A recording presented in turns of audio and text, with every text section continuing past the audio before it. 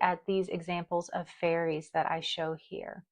There are elements of these details that can't be easily created with crochet or that are inconsistent with crochet. The first tell that I really zero in on are the details on the hands and the high heels for this particular stuffy. There is not a way to easily articulate individual digits on a hand or the high heel that we see here. And it certainly would not enable the figure to stand. Again, crochet items are soft and they are built on fluff and maybe a bit of pipe cleaner or wire on the inside. In order to create a cylinder small enough to be the heel on a shoe or a thumb on a hand, and what looks like a item used with very thin yarn would be incredibly difficult. It would be impossible. The other thing I zero in on from a detail perspective is the hair on the fairy. It starts off looking like perhaps it could be a chain stitch. And of course, if you crochet, you recognize that a chain stitch is going to look like a braid. So here we have a braid.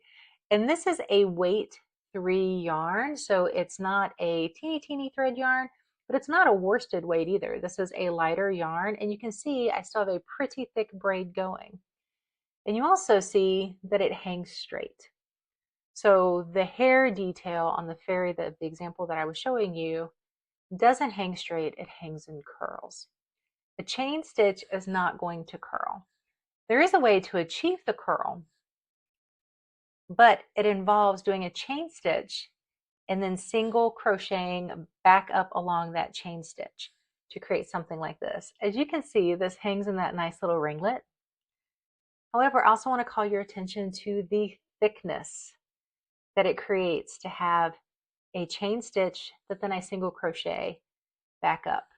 So yes, I can create a nice little spiral curl that could be part of that fairy's hair, but it's not going to be as thin as what you see in the picture, and it's not going to be a single braid. It's going to look like this. Also, if you look along the bottom of that hair where we've got that nice, lovely, what appears to be, but is AI generated chain going, it looks like it ends in hair, individual strands, individual silky strands, not yarn like this.